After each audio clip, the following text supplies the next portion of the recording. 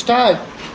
अध्यक्ष महोदय, अभी अभी जो प्रस्ताव हम लोगों के सामने इस सदन में रखा गया वह सचमुच में एक विचारणीय विषय है। आज हमारे देश की हालत किसी से छिपी नहीं। हर आदमी जानता है कि देश के कई भागों में वर्षा नहीं हुई है। इसके कारण देश के कई हिस्सों में, जिनमें कि बिहार प्रमुख है, अकाल जैसी स्थिति पैदा हो गई है।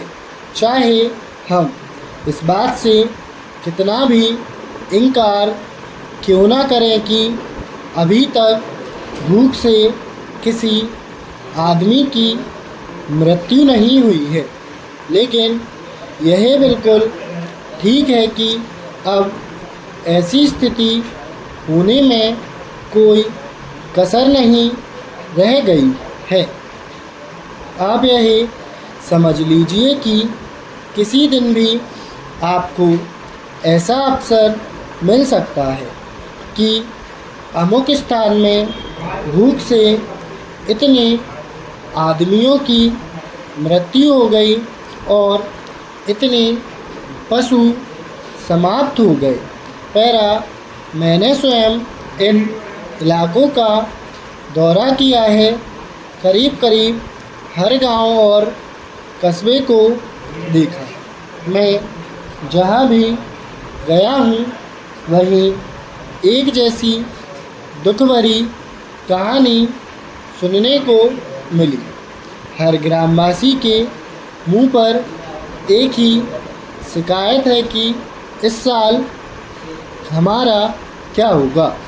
उनके पास अनाज का भंडार समाप्त हो गया है, पशुओं के चारे की व्यवस्था नहीं और सरकार द्वारा कोई उचित प्रबंध अभी तक नहीं हुआ।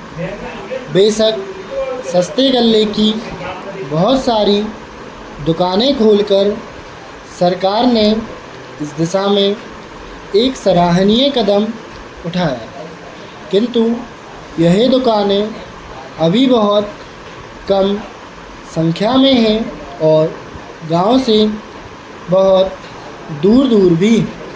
इन दुकानों की दूरी और भी इसलिए अखरती है क्योंकि आजकल पानी ना होने से ग्रामवासी किसी और मेहनत मजदूरी की तलाश में लगे रहते। ऐसे समय यदि उन्हें अनाज प्राप्त करने के लिए अपने गांव से मीलों दूर जाना पड़े और उनके आने जाने में ही पूरा दिन समाप्त हो जाए, तो फिर आप ही बताइए वे बेचारे क्या करें।